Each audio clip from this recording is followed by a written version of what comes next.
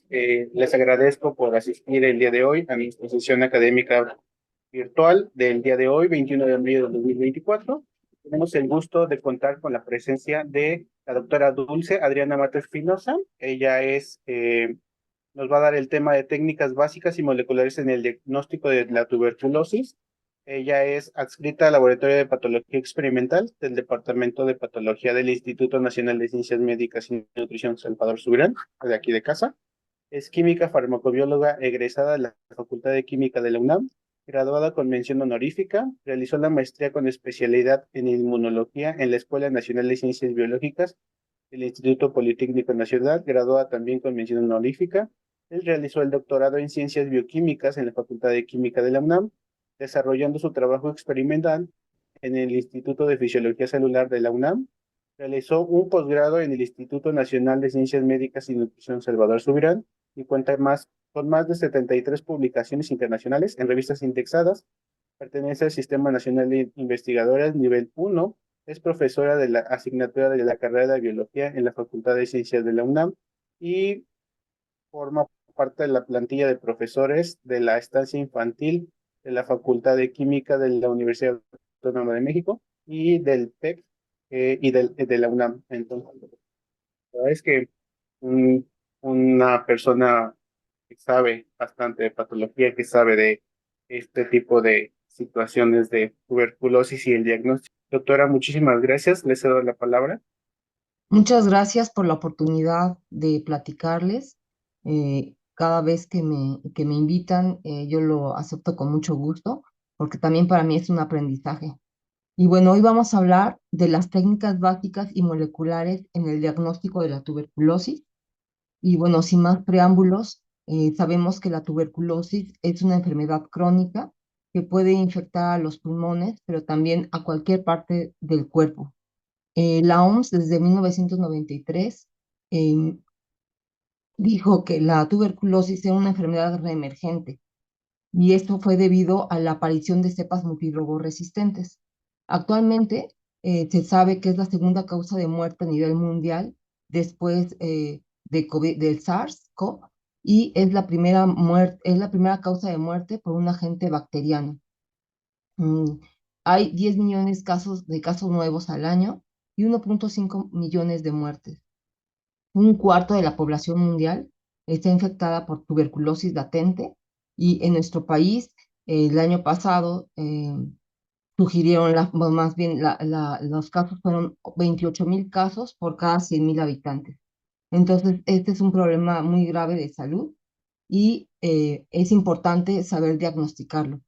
Entonces, la prueba diagnóstica ideal debe ser accesible, precisa, debe identificar la especie y debe dar el perfil de resistencia.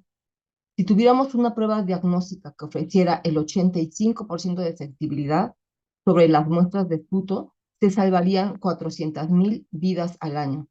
La palabra sensibilidad es importante que conocemos qué significa. Es un término que se utiliza y que dice que mide la proporción de enfermos que son identificados correctamente por la prueba.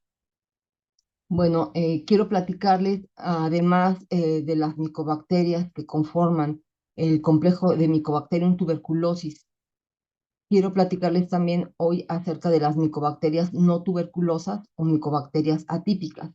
Dentro del complejo de Mycobacterium tuberculosis está Mycobacterium tuberculosis, Mycobacterium bovis, Mycobacterium africanum, Mycobacterium nigroti, canetti, y todas ellas, al igual que M. avium, M. kansasi y M. genopi, van a producir síntomas de la tuberculosis pulmonar, que como ya conocemos, son tos, conos sin sangre, que dura de 2 a más semanas. Hay un dolor en el pecho, hay tos excesiva, pérdida de peso, sudoraciones nocturnas, fatiga, pérdida de apetito, escalofríos, fiebre y flema, muchas veces con sangre. Estas características son muy importantes para el clínico porque de ahí va a basar su diagnóstico preliminar, ¿no? Entonces, em, como les mencionaba, hoy les voy a platicar tanto de las MTC, que son las bacterias que constituyen el complejo de Mycobacterium tuberculosis, como también de las no tuberculosas o atípicas. Estas bacterias atípicas son de crecimiento más rápido y también hay otro grupo de ellas que producen enfermedades en tejido celular subcutáneo. Ellas son M. abscessus, M. ulcerans y M. marinum y M. fortuitum. De estas micobacterias no tuberculosas, que ya les había hablado en la diapositiva anterior, que producen el cuadro de tuberculosis pulmonar, también producen enfermedades a nivel de piel. Y estas infecciones pueden estar asociadas al uso de catéteres, tras traumatismos o inyecciones, y también están relacionadas con cirugías, instrumentos quirúrgicos, implantes, prótesis, liposucción, reducción y aumento de mamas, perforación para colocación de piercings en condiciones no adecuadas. Y bueno, esto se da a nivel de piel, como podemos observar en la fotografía. Em, Mi plática va a charlar de todos estos puntos y vamos a ir viendo uno por uno. Por principio, es importante tener una buena calidad de muestra. Y para la tuberculosis pulmonar, la muestra ideal es el esputo. Entonces, se solicitan normalmente 3 muestras de días consecutivos. Debe ser la primera de la mañana, en un volumen de 5 mililitros o más. El frasco debe ser estéril y debe entregarse bien cerrado al laboratorio. Debe identificarse claramente y transportar lo más rápido posible. Y si ve el paciente que va a llegar, va a tardar más de 1 hora en llegar, hay que mantenerlo en frío. Por supuesto, cuando llega al laboratorio, se tiene que meter en el refrigerador o mantener a temperatura de 5 a 8 grados. Em, lo que hay que hacer es, una vez llegando al laboratorio, hay que hacer una descontaminación y una digestión, y esto se hace con el método de Cúbica, que utiliza hidróxido de sodio y N-acetil L-cisteína. Tanto el frotis como la descontaminación ya deben de realizarse en cabinas de bioseguridad por personal bien entrenado. Las cabinas que se recomiendan son de clase 2 a 2. Otras fuentes de la muestra, cuando en ausencia de la expectoración, se recomienda la broncoscopía, el broncoaspirado, el lavado broncoalveolar, el aspirado gástrico. Este es el más recomendable para los niños menores de 5 años y también para pacientes con VIH-Sida. También se pueden obtener líquidos biológicos cuando la tuberculosis se piensa que está en cerebro o el clínico está pensando en una tuberculosis de riñón o de hígado. Entonces puede obtenerse el líquido cefalorraquídeo, que se requiere 1 mililitro, el líquido articular y el líquido pleural entre 5 y 10 mililitros. También las muestras ganglionares también pueden ser de gran utilidad. Para las micobacterias no tuberculosas, es decir, para infecciones cutáneas, lo que se recomienda son biopsias, exudados o punción aspirativa. Ahora vamos a hablar de la baciloscopía o examen directo, también se conoce por ese nombre, y en ella utilizamos microscopios ópticos o microscopios de fluorescencia. Las ventajas es que es una técnica económica y se requieren condiciones mínimas de bioseguridad. La desventaja es que tiene baja sensibilidad en pacientes con VIH-Sida y en niños menores a 5 años. No proporciona el perfil de resistencia a antibióticos y no va a diferenciar entre las micobacterias no tuberculosas de las del complejo de Mycobacterium tuberculosis.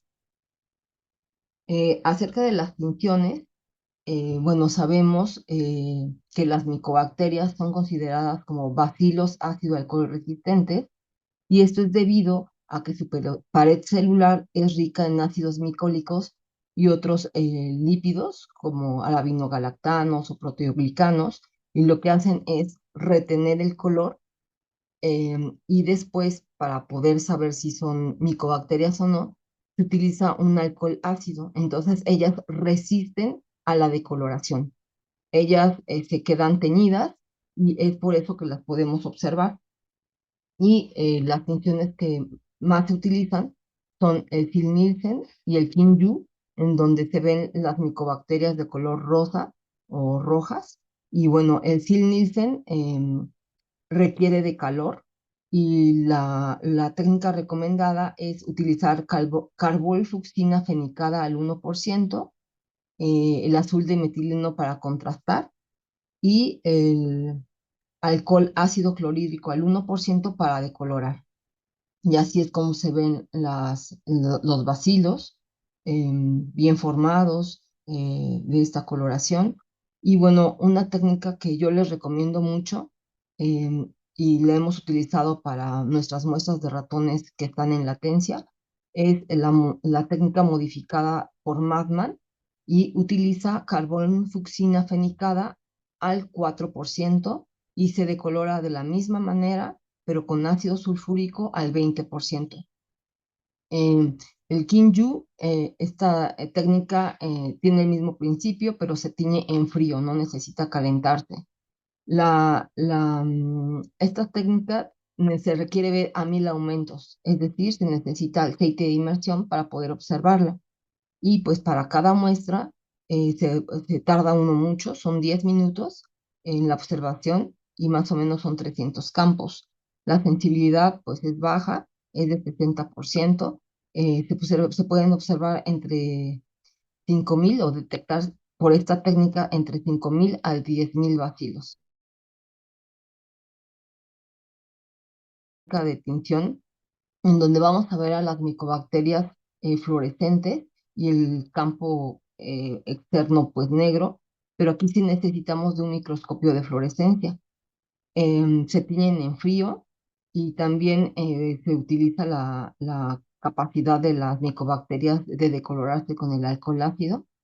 Y bueno, la ventaja de esta técnica contra el Sil-Nielsen y el Kinju es que se puede observar más rápido las muestras, entre 1 a 2 minutos, y se puede hacer con menor observación. La desventaja es que a la larga puede dañar al observador y se necesita personal con experiencia. Esto es por la luz ultravioleta del microscopio de fluorescencia. Y además, hay algunas otras bacterias que también se tiñen por esta técnica, como la nocardia, Rhodococcus, Cristosporium, Ciclospora e Isospora. Bueno, muchas veces se puede ver el factor cordón, pero estas son estructuras que se forman debido a que esta micobacteria tiene trialosa 6,6 dimicolato y se enroscan. Entonces, este factor cordón no diferencia entre las no tuberculosas del complejo de Mycobacterium tuberculosis. Entonces, podemos observarlo y bueno, hay veces en que se observa, no siempre. Em, con respecto al cultivo, este sí es el método de diagnóstico más sensible, debido a que detecta entre 1 a 10 bacterias. Pero la desventaja es que tiene un largo periodo de incubación, de hasta 6 semanas. Y pues por supuesto se requiere otra vez la cabina de flujo laminar de clase 2A2. Se recomienda que se utilice tanto medios sólidos como medios líquidos. Y bueno, se sabe que los medios líquidos son más sensibles que los sólidos. Las micobacterias crecen mucho mejor al inicio en un medio líquido. Y dentro de los cultivos que se conocen para las micobacterias, que son especiales, que tienen verde de malaquita, es el que tiene de base de huevo coagulado, como el Lowenstein-Jensen, el Kudo Ogawa, que es el que observamos en la fotografía, el Trudeau, el Coletos, el ATS, el Pitagnani, el Stombrink.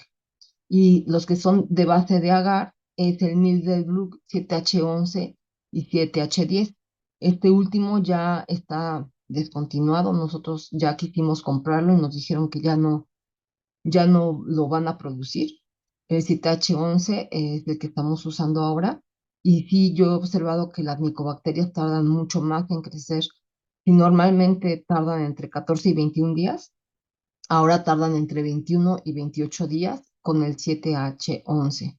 Entonces, pues nada más hay que tener paciencia y pues el problema del cultivo sigue siendo que es muy tardado. Otro, medios líquidos, cultivos líquidos son el Mildelbrück 7H9, el Dubose, el Jums, el Proskauer Beck, el medio Sauton, por ejemplo, que son los que más se utilizan. Y la inspección visual nos puede dar alguna orientación. Las micobacterias que pertenecen al complejo Mycobacterium tuberculosis al inicio no enturbian el medio. Se observan estos pequeños como granitos, como si fueran ajonjolí, y en cambio las micobacterias no tuberculosas, que son de crecimiento rápido entre 3 y 7 días, ellas sí van a enturbiar el medio. Entonces hay una gran diferencia y eso nos puede dar como pistas para saber si la muestra clínica es del complejo de Mycobacterium tuberculosis o es una bacteria atípica. Em, ¿Cómo se observan? ¿Cuál es la morfología en los cultivos sólidos? Las micobacterias de complejo de tuberculosis se observan colonias planas, rugosas y de aspecto muy seco y van entre un color blanco a amarillo claro. En cambio, las no tuberculosas se pueden observar a veces rugosas o a veces se observan muy lisas y los colores van cambiando desde blanco hasta amarillo o a veces un poco anaranjadas. Aquí les muestro una tabla que es la clasificación de Runyon de las micobacterias atípicas que tienen mucho interés en la dermatología. Y estas las clasifican en crecimiento lento, que van la formación de colonias después de 7 días, o las de crecimiento rápido, 7 días. Dentro del primer grupo están las fotocromógenas, que se observan amarillas en presencia de la luz, y están la M. kansasi y M. marinum, las escotocromógenas, que estas se pueden observar amarillo-naranja con o sin luz. Y el grupo 3 las no cromógenas, pues estas no producen ningún pigmento. Y en ellas está Mycobacterium avium, ulcerans y Haemophilus. Y dentro de las de crecimiento rápido, pues están las no cromógenas que no producen pigmento y están Mycobacterium fortuitum, chelone y abscessus. Bueno, ahora pasando ya al método automatizado de monitoreo continuo, em, pues este utiliza incubadores capaces de detectar crecimiento por consumo de oxígeno o producción de CO2. Y hay una monitorización continua de la actividad metabólica de las micobacterias. Y pues hay muchas marcas. Esta, por ejemplo, este equipo se llama Versatrek de Thermo Fisher. Son esponjas de celulosa que están en medio líquido y tienen sensores de presión capaces de detectar crecimiento a partir del consumo de oxígeno. El Back Alert tiene sensores que registran los cambios de color ocasionados por la producción de CO2. El MIGIT 960, que este es un sistema que pues aquí en microbiología lo tienen y muchos institutos o también hospitales lo poseen. Este utiliza tubos que contienen un fondo de silicona en el que está incluido un indicador que emite fluorescencia ante los cambios de consumo de oxígeno. Entonces, este sistema, cuando es utilizado junto con el cultivo y junto con las tinciones, pues nos aumenta la sensibilidad. Entonces, ya desde que se pone turbio el medio, pues ya se puede ir creciendo y también al mismo tiempo ir haciendo la tinción de Sil-Nielsen y esto pues complementa mucho más rápido el diagnóstico. Por último, las técnicas moleculares y cuándo hay que utilizar estos métodos basados en la determinación del material genético. Bueno, pues están indicados si el grado de sospecha es elevado. Entonces ya mencionábamos al principio cuál es la sintomatología que pueden observar los médicos y que pueden hacer que sospechen de una tuberculosis. Entonces, primero hay que tener la sospecha con alguno de estos síntomas y después también si la microscopía fue positiva o también en los rayos X, ya se debe de buscar la resistencia utilizando estos métodos de diagnóstico moleculares. Y también, sobre todo, si se trata de muestras ganglionares, si se trata de muestras de pacientes pequeños menores a 5 años o personas que están inmunosuprimidas o con VIH, entonces hay que utilizarlas. La gran ventaja es que son muy rápidas y el fundamento de estas pruebas es que para buscar alguna micobacteria del complejo de tuberculosis es amplificar secuencias como el 16S, el RNA ribosomal, la secuencia de inserción 6110, que nos indica que es Mycobacterium tuberculosis, y se busca la resistencia a la rifampicina, buscando el gen RPO. Em, Ellos consideran, de donde saqué la información, es que su sensibilidad es menor al cultivo. Entonces, bueno, el cultivo, como les mencionaba, les decía unas diapositivas atrás, es a partir de una bacteria que está detectando. Em, este sistema es la panacea. La verdad que cuando yo me puse a leer y encontré que esto existía, dije, bueno, es lo ideal, el sistema Expert, y ahora ya hay tres. Empezamos en el 2010 con el sistema Expert RMTB rifampicina, cuyas ventajas es de que pues es un método automatizado, prueba rápida y sencilla, hay una mínima manipulación porque la muestra se diluye y se coloca en este cartucho. Y lo mejor es que se hace rapidísimo en 2 horas y detecta 114 UFC por mililitro. ¿Cuál es el fundamento de esta prueba? Pues consiste en una PCR en tiempo real anidada que busca al gen de resistencia RPO-B y utiliza 5 sondas genéticas y marcadas con fluorocromos distintos, y el resultado que vamos a obtener es que va a informar la presencia de alguna micobacteria que pertenezca al complejo de Mycobacterium tuberculosis y vamos a detectar mutaciones frecuentes, va a predecir la resistencia a rifampicina ligadas a cepas multidrogo resistentes.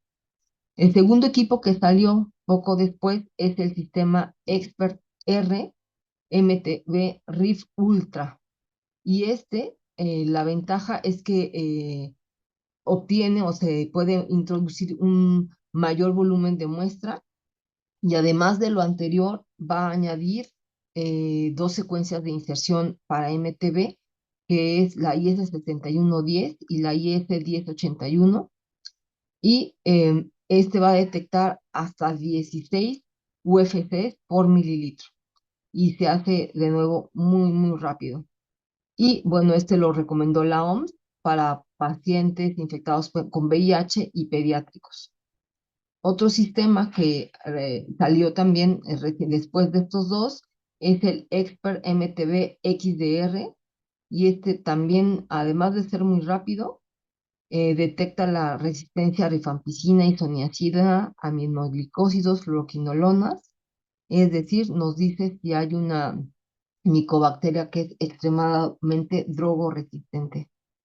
Y bueno, aquí les muestro cómo es que se introduce la muestra, se diluye, después se mete el material al cartucho, se mete en el equipo y bueno, ahí adentro se lava, se filtra, hay una lisis ultrasónica, se libera el DNA y después ya se obtiene el DNA, se mezcla con los reactivos de la PCR, se hace una PCR en tiempo real semianidada y se detecta si hubo o no micobacterias. Y esto ya se manda a la computadora y ya se puede imprimir.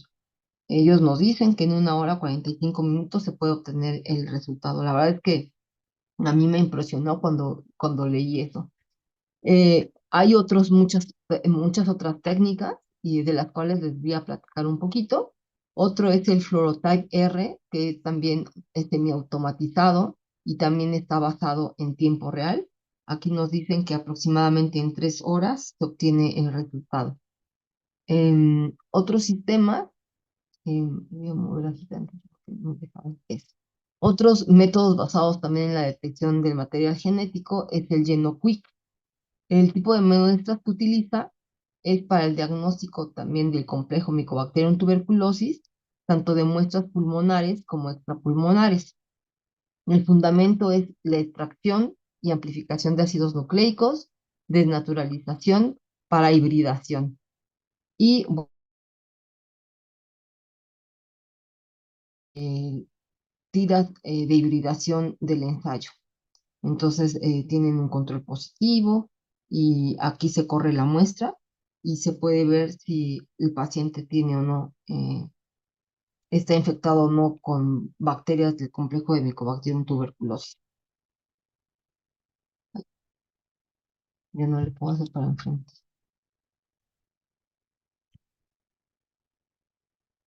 Ahí está. Otro método que la OMS recomendó es el LUP, bueno, es el LAMP en sus siglas en inglés, y su fundamento es que amplifica de manera isotérmica, utiliza 6 primers uniéndose a 8 dianas distintas. También es una técnica muy rápida y se requiere un termociclador y una lámpara ultravioleta. Otro método es la detección del antígeno del liporabinomandano o LAM en orina. Entonces, bueno, esta molécula es un glicolípido termoestable que es liberado por las micobacterias que está filtrando el riñón y está presente en pacientes con TB activa. El fundamento es que está basado en una inmunocromatografía que utiliza anticuerpos de captura unidos a nitrocelulosa contra el antígeno LAP y emplea un segundo anticuerpo que sería este, amarillito, que está marcado con oro y se va a formar un complejo inmune y ese es el que se va a detectar. La ventaja es que utiliza orina, que pues es una muestra fácil de recoger, no se requiere gran infraestructura, es de costo reducido y es una prueba rápida y está recomendado para pacientes con inmunosupresión y sin capacidad de expectoración. Las desventajas es que, bueno, no va a diferenciar entre el complejo de Mycobacterium tuberculosis y las no tuberculosas. Y bueno, como ya les mencionaba, el analito va a ser la orina, ahí va a venir el LAM, si es que el paciente está con TB activa.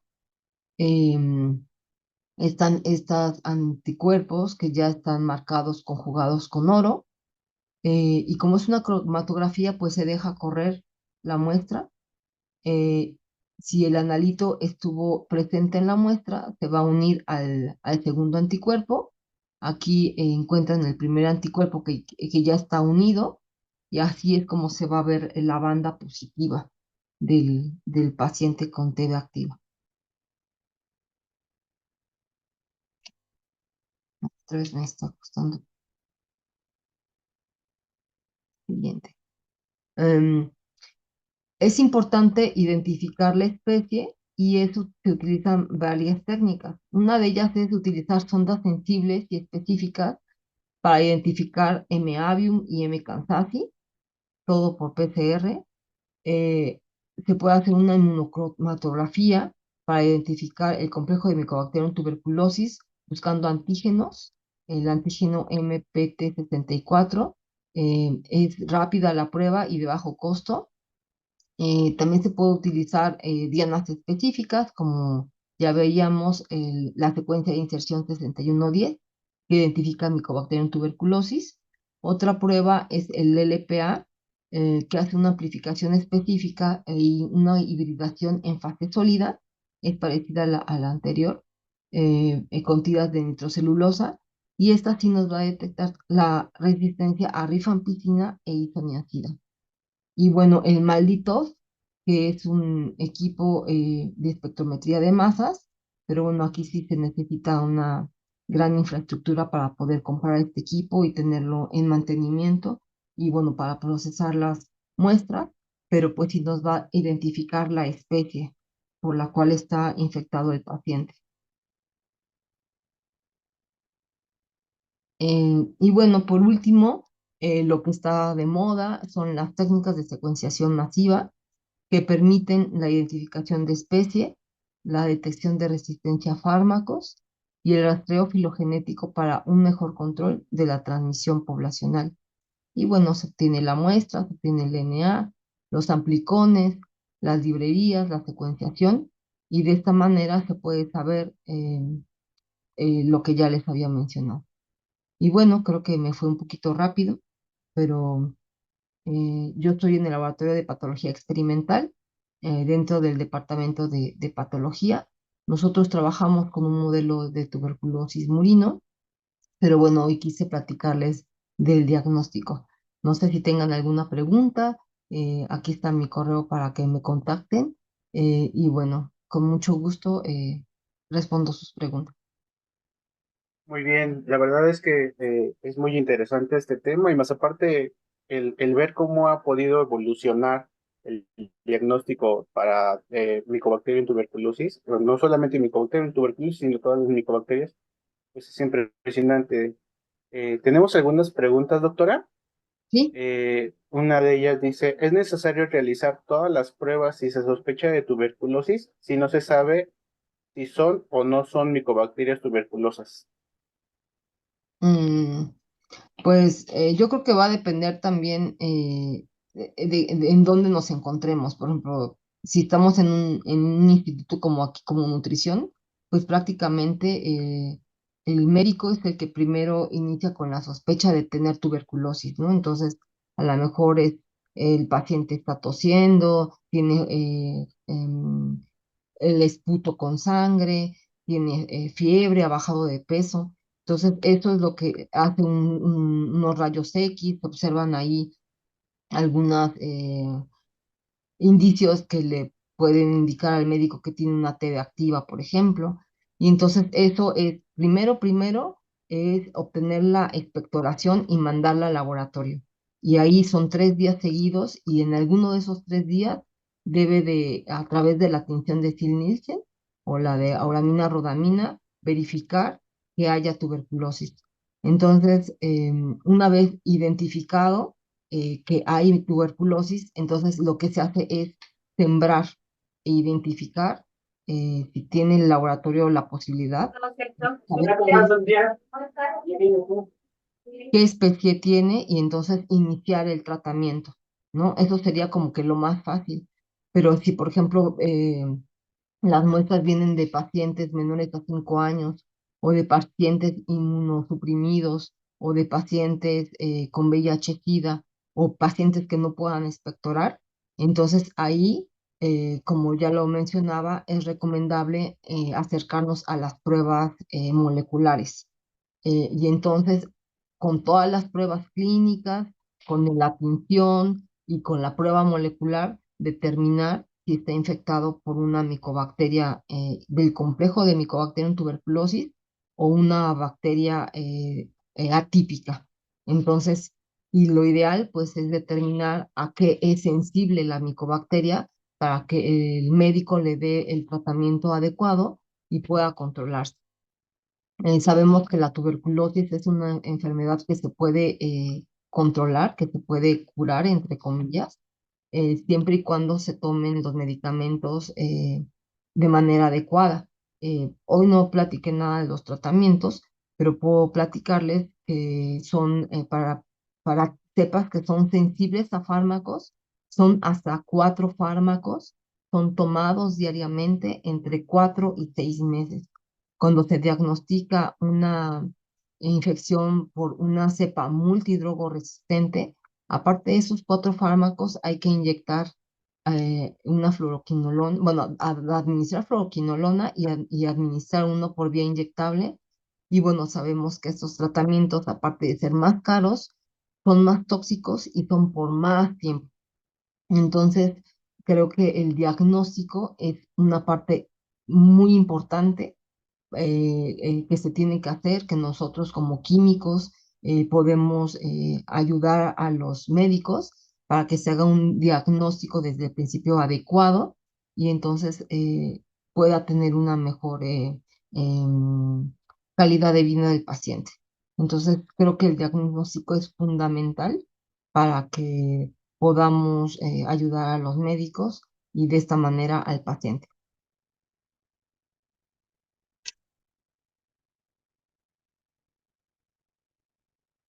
Tenemos otra pregunta. Habló de los modelos experimentales. ¿Usted qué tipo de modelo utiliza para estos estudios? Cuál es el modelo la metodología que usted utiliza principalmente? Bueno, nosotros desde hace más de 30 años, el doctor Hernández Pando, que es el jefe de la sección de patología, em, inició un modelo de tuberculosis pulmonar experimental en el cual se infectan 250.000 bacterias vivas y virulentas a través de la tráquea. Nosotros esperamos 60 días para que el ratón esté enfermo, es decir, una similitud de cuando la persona llega con tuberculosis activa al consultorio. Entonces, nosotros en nuestro modelo de ratón, después de los 2 meses, iniciamos con un tratamiento. Nosotros en el laboratorio hemos buscado siempre alternativas terapéuticas que junto con los antibióticos convencionales reduzcan el tiempo de tratamiento. Entonces, en mis años aquí en el laboratorio, hemos probado de todo. Hemos probado, por ejemplo, compuestos que provienen de venenos de alacrán. Hemos probado, por ejemplo, raíces como la curcumina. Hemos probado, por ejemplo, la silimarina, que proviene del cardo mariano, una flor hermosa que se da aquí en el Ajusco de manera silvestre. De ahí obtienen la silimarina. También hemos utilizado péptidos antimicrobianos sintéticos. Hemos utilizado algunas hormonas como la BEA. Entonces, todas estas alternativas terapéuticas, nosotros las administramos junto con la terapia convencional. La terapia convencional es rifampicina, isoniazida y piracinamida para los ratones que están infectados con una cepa que es susceptible a los fármacos. Nuestra cepa tipo de laboratorio se llama H37RV y es Mycobacterium tuberculosis. Y entonces lo que hacemos es administrarle a los ratoncitos por ejemplo, nuestra curcumina junto con el tratamiento convencional, que son estos 3 fármacos que les mencionaba, y los fármacos convencionales se les administran todos los días, de lunes a viernes, y nuestra terapia alternativa, hay veces en que la damos 2 veces a la semana, o hay veces en que solamente se les da una sola vez, pero lo que hacemos es ir monitoreando a través del tiempo cómo va el pulmón. Entonces determinamos carga bacteriana, obtenemos los pulmones, se hacen micrografías y se observa el pulmón al microscopio. Y lo que nosotros siempre buscamos es que haya una mejoría, haya una disminución en la neumonía, haya un aumento de granulomas, haya una disminución en la carga bacteriana con respecto al control. Es decir, los ratones que fueron infectados, pero que no fueron tratados ni con el tratamiento convencional, ni con nuestra terapia alternativa junto con el tratamiento convencional. Entonces, este modelo de tuberculosis progresiva que le llamamos, pues hemos buscado muchas alternativas y bueno, en ese modelo estamos trabajando, pero también tenemos un modelo de tuberculosis latente, que al principio yo les platicaba que una cuarta de la parte de la población mundial estamos infectados con TB latente. La tuberculosis latente podemos tenerla y no la vamos a, o no se va a despertar en nosotros hasta que tengamos un factor que la desencadene, que son, por ejemplo, la vejez, la desnutrición, la diabetes maltratada, las inmunosupresiones, pero en algún momento de nuestra vida que tengamos alguno de esos factores, se puede despertar.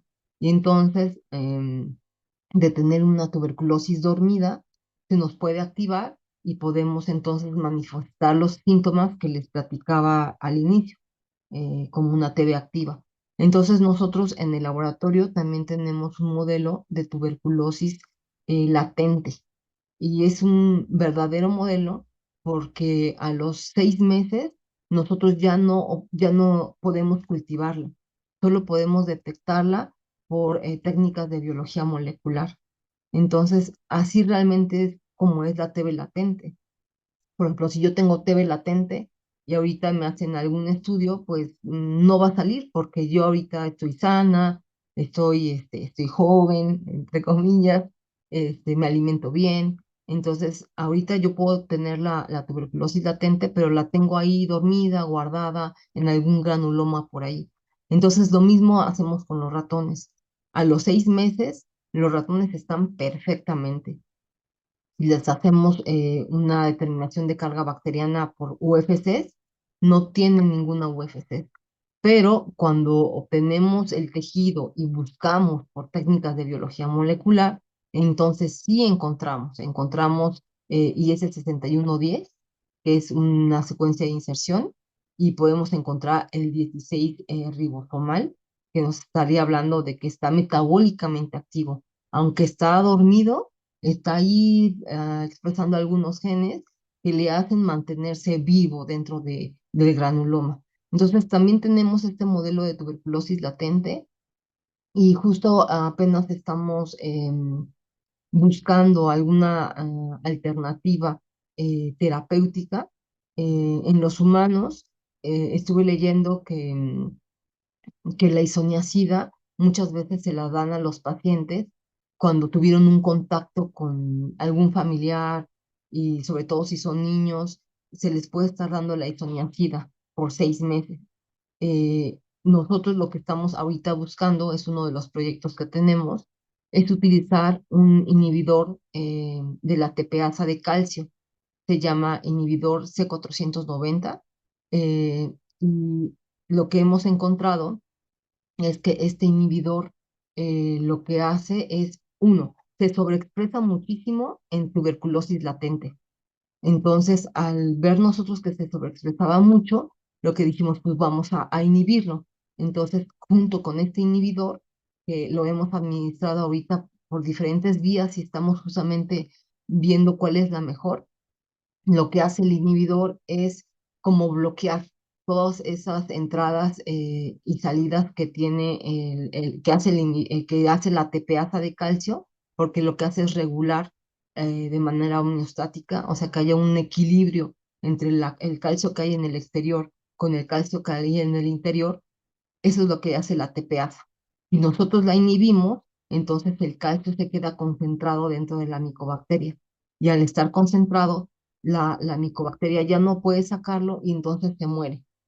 Entonces, esta sería una alternativa para el tratamiento de la tuberculosis latente. Pero como les digo, nosotros estamos haciéndolo esto de manera experimental en nuestro modelo de tuberculosis latente y bueno, tenemos algunos resultados positivos y bueno, sería un tema muy interesante para que la próxima vez les pueda platicar. Ahorita estamos trabajando en el laboratorio bastante con eso, pero sí es un tema apasionante, es algo que nos gusta bastante y lo hacemos en colaboración con la Universidad de Colombia. Allá hacen bueno, allá sintetizan los inhibidores, nos los mandan y aquí es donde los probamos en nuestro modelo. La verdad es que es un tema bastante interesante, más que nada porque pues son regularmente en México la gente no se trata hasta que tiene alguna sintomatología, ¿no? Y esto sería parte de y medicina preventiva, por decirlo así, para poder diagnosticar antes de que tengamos alguna manifestación clínica. La verdad es que es un tema muy interesante y y la verdad es que cuando tenga resultados nos gustaría mucho que nos viniera a compartir sobre el tema. Tenemos más Sí, preguntas, creo que sí, sí. algunas ya las contestó. Dice, una vez que el paciente ha sanado, ¿cada cuánto se realizan pruebas de control y cuáles serían las pruebas? Mm, la verdad no lo sé, pero yo creo que sí debe haber un control. Yo creo que no sé si es radiográfico, eh, o se pueden ver ahí los granulomas ya contenidos, porque una vez que toma el medicamento los pacientes, eh, ya no son VAR positivos, porque eso también justo lo leí, que decía que cuando el paciente empieza a tomar ya su tratamiento de manera adecuada, y ya la vaciloscopía En ya no efecto, está sacando en la flema las micobacterias. Entonces, la verdad es que no sé si haya un control, pero sí, lo ideal es que el paciente termine su tratamiento, pero como es de 4 a 6 meses, pues ujú, todos los días sí se puede lastimar. O sea, aparte de que puede tener gastritis, pues su hígado sí también se va deteriorando. Entonces, yo creo que no sé cuál es el control que les hacen a los pacientes, pero sí me imagino que debe de haber alguno, porque pues sí son tratamientos muy largos y de mucho compromiso por parte del paciente. muy bien. Otra pregunta, ¿qué tan común es la tuberculosis en pleura? La verdad no lo sé, no sé qué porcentaje se tenga de tuberculosis en pleura, y la verdad es que, como les mencionaba al principio, la tuberculosis se puede dar o puede existir en cualquier órgano del cuerpo, y desgraciadamente pues no es tan fácil hacer el diagnóstico. Por ejemplo, de la tuberculosis meningia puede confundirse con una cisticercosis. Entonces ahí los clínicos, la verdad que mis respetos, porque ellos son los que tienen que ir orientando, como que armar el rompecabezas para saber en dónde es la tuberculosis, si está en cerebro o en dónde, y ir juntando todo, ¿no? Los resultados del laboratorio, las radiografías. La verdad es que no sé, en el porcentaje de la tuberculosis en pleura, no sabría decirle. Muy bien. ¿Se sabe cuál es la frecuencia de tuberculosis en la Ciudad de México? En la Ciudad de México, hoy, mm, por ahí tenía el mapa, pero no, creo que no lo puse. Em, en promedio, en toda la República son 28.000 casos por cada 100.000 habitantes. Se sabe que en la frontera y todos los estados del Golfo de México hay una mayor incidencia de la tuberculosis, y esto es debido a la migración. Entonces, ahorita no tengo el mapa aquí en la presentación, pero sí se ve como más incidencia en Veracruz, en Tamaulipas y en la parte norte de nuestro país, ya colindando con Estados Unidos, pero pareciera que es por la migración. Y en la Ciudad de México no tengo el dato, pero como aquí pues es una ciudad que vienen de muchos estados, pues seguramente sí es alta, pero en promedio es 28.000 casos por cada 100.000 habitantes de TB activa, Bastante. porque pues TB latente pues esa no se puede decir. Pues es bastante elevado. Aquí hay una que dice, muchas gracias doctora por su plática y por su experiencia. Y dice, tengo otra, dice, en caso de población pediátrica y un PDD indeterminado, ¿se puede realizar alguna prueba genética para determinación de bicobacterias? Sí, de hecho está recomendada utilizarla, sobre todo para población pediátrica, aunque sea PPD negativo, ¿verdad? Me decían. Eh, Indeterminado. Indeterminado. Pues sí, se pueden hacer pruebas moleculares, y la verdad de que todas las que leí, a mí me parece el Gene Expert que es la mejor. La verdad es que ahí los costos no pude conseguirlos, pero yo sí creo que eso va a ayudar muchísimo a lo mejor que nuestros gobernantes y para la Secretaría de Salud compraran un Gene Expert, no sé, uno por cada, no sé, que hubiera unos 8 en todo el país, o unos 10, yo creo que ayudaría muchísimo, porque aparte se puede llegar con la muestra, por ejemplo, de la tierra o de lugares muy lejanos, mantenerse en frío, meterlo en el cartucho y ya sale a que es resistente la micobacteria. Entonces, y bueno, para estos pacientes pediátricos, yo creo que sería de gran utilidad. La verdad es que desconozco si existan Gene Expert aquí en el país, yo espero que sí, y la verdad que parece como magia, pero yo creo que sí se deberían de tomar muy en cuenta para comprarlos, porque yo creo que si se meten en masa se podrían detectar muchos casos y por lo tanto prevenir otros contagios que pudiera haber en las casas, ¿no? Porque desgraciadamente es una enfermedad que se transmite por el aire, se transmite al hablar, al toser, al cantar. Entonces, pues en cualquier parte puede uno infectarse. Y bueno, los niños y nuestros adultos mayores son más susceptibles a poder infectarse, ¿no? Entonces, vamos en el metro y si alguien te tose y no llevas cubrebocas, pues, híjole, sí, siempre es un peligro. Entonces, sí hay que cuidar mucho tanto a los niños como a los adultos mayores. Y bueno, es una enfermedad que se transmite muy fácilmente y pues no se hace nada para poder prevenirla en este sentido, ¿no? Me refiero a que haya como así como para el COVID, ¿no? De que pues se entra con el cubrebocas, no, o sea, para la tuberculosis pues no se dice nada, pero yo creo que sí, sí habría que hacer algo. Ok. Sí, pues más que nada, principalmente los cuidadores son las personas que generarían como una contaminación, una infección por parte del paciente y pues regularmente la familia sale como persona portadora asintomática, ¿no? Claro. Es un Sí, muy buen ejemplo. o a lo mejor tiene tos y no le importa, ¿no? Y no va a hacerse el estudio porque pues no se siente tan mal o como dices, es portadora y entonces pues anda infectando a toda la familia y todo, ¿no? Sin importarle. Entonces sí, yo creo que Aquí hay habría. otra,